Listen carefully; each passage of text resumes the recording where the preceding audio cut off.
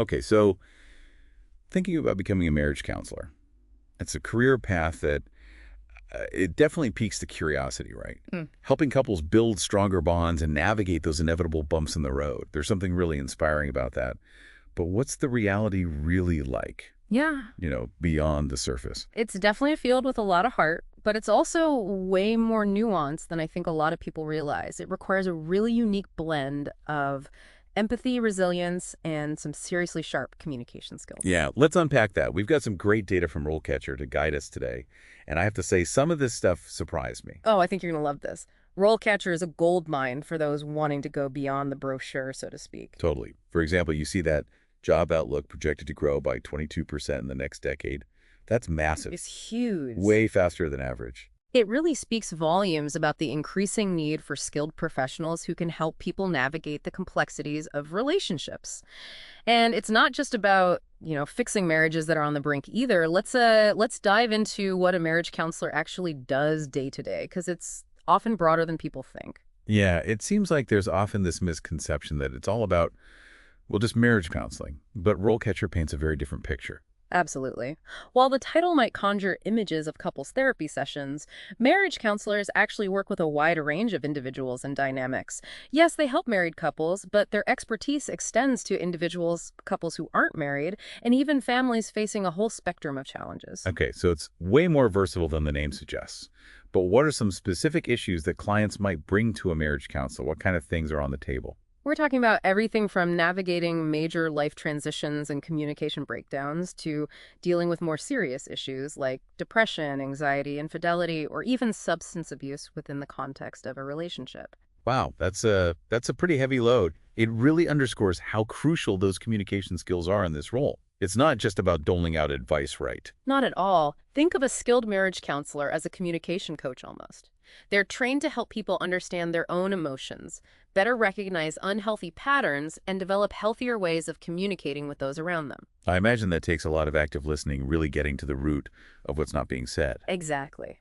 It's about facilitating change from the inside out. One fascinating technique they often use is called reflective listening.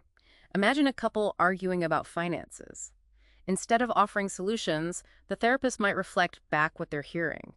So you're feeling unheard while you're feeling overwhelmed with the responsibility. It seems simple, but that validation can be incredibly powerful in creating a more empathetic and productive conversation.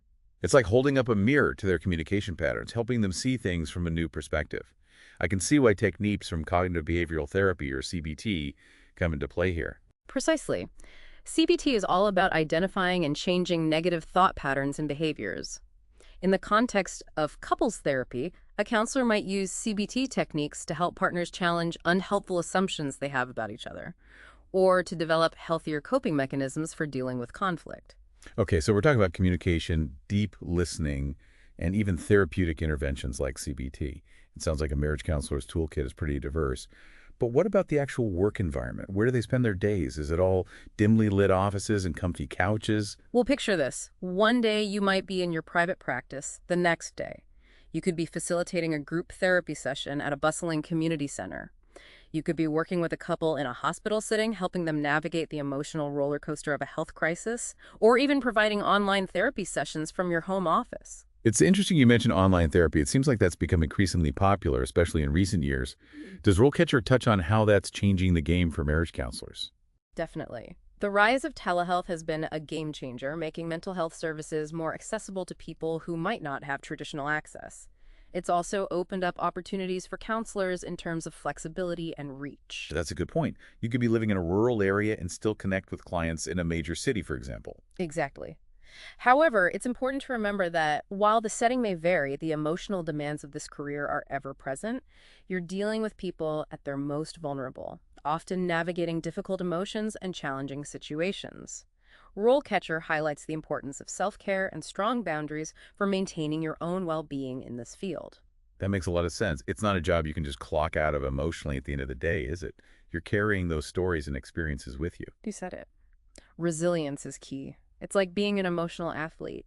You need that stamina and self-awareness to avoid burnout. So for someone considering this path, what does the training actually involve? What kind of education are we talking about here? We're talking serious commitment here. A master's degree is typically the non-negotiable entry point. Think programs in counseling, psychology, social work, and of course specialized programs in marriage and family therapy. But here's where it gets interesting. RoleCatcher actually digs into what to look for in a program beyond just accreditation. Oh, that's helpful. So it's not a one-size-fits-all kind of degree. Not at all. They emphasize the importance of finding a program that aligns with your interests and career goals. Do you want a program with a strong emphasis on research or one that's more clinically focused? Are you interested in a particular theoretical orientation, like psychodynamic therapy or solution-focused therapy? These are all things to consider when choosing the program that's right for you. That's a great point. I can see how aligning your education with your long-term goals could make a big difference in terms of feeling fulfilled down the line. Exactly. It's about finding that sweet spot where your passions and skills intersect. And even after you've earned that master's degree, the learning doesn't stop there. Yeah. RoleCatcher really hammered home the importance of continuous learning in this field. Why is that so crucial for marriage counselors, even seasoned ones? Well, for starters, the field of psychology and therapy is constantly evolving. New research emerges, new therapeutic approaches are developed, and societal norms shift. A counselor needs to stay abreast of these changes to provide the most effective and ethical care. It's like any other profession. If you're not growing, you're falling behind. Exactly.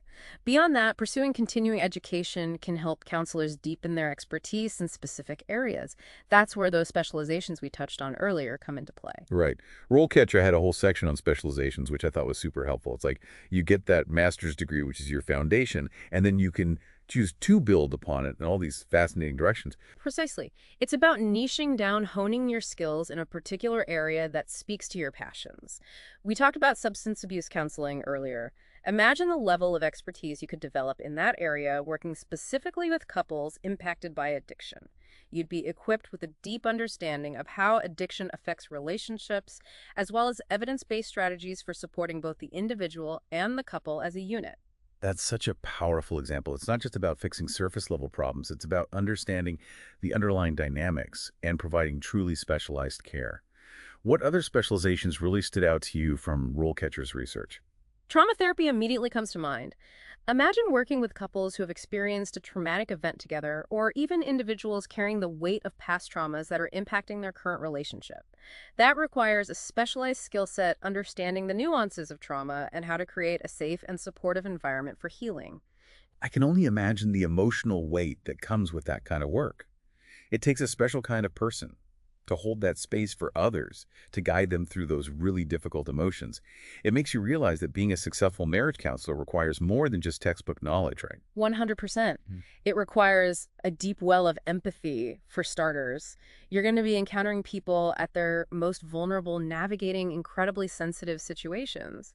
It's about being able to hold space for their pain, their anger, their fear, without letting it overwhelm you. Which brings us back to that whole self-care piece. It's not just a buzzword. It's crucial for sustainability in this field, wouldn't you say? Absolutely. You can't pour from an empty cup. Imagine listening to stories of heartbreak, conflict, and trauma day in and day out. It's bound to take a toll. That's why it's essential for marriage counselors to cultivate healthy coping mechanisms. Whether it's regular exercise, meditation, spending time in nature, or nurturing creative outlets, self-care is not a luxury. It's a necessity. It's about protecting your own emotional well-being so you can show up as your best self for your clients. I think that's something people often overlook when considering a career path, but so essential, especially in a field as emotionally demanding as this one. Couldn't agree more. It's about finding that balance between holding space for others and honoring your own needs.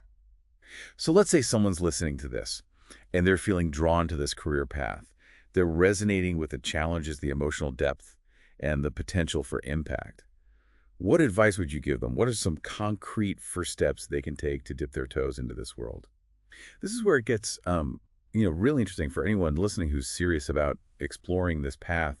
It's one thing to hear about it, but how do you actually get a feel for what it's really like to be a marriage counselor? Well, I always tell people there's no substitute for firsthand experience. Easier said than done when you're just starting to explore the field, right? True, but that's where a little creativity comes in. Remember how RoleCatcher breaks down those typical career stages? We'll use that as a starting point. Reach out to marriage counselors in your area and see if they offer shadowing opportunities. Oh, that's smart. It's like a behind-the-scenes pass to see the profession in action. Exactly. You could shadow a counselor at a community center, a private practice, maybe even sit in on a virtual session if they offer telehealth. Pay attention to how they interact with clients, the questions they ask, even the environment itself. And don't be afraid to ask questions.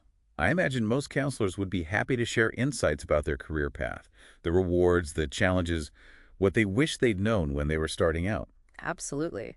It's like getting a personalized mentorship session. And while you're connecting with professionals, see if there are any relevant workshops or conferences you could attend. It's a fantastic way to immerse yourself in the field, learn from experts, and even start networking. There's that networking word again. It's amazing how often it comes up no matter what career path we're exploring on this show. It's true. Building relationships is key, whether you're a seasoned therapist or just starting to explore the field.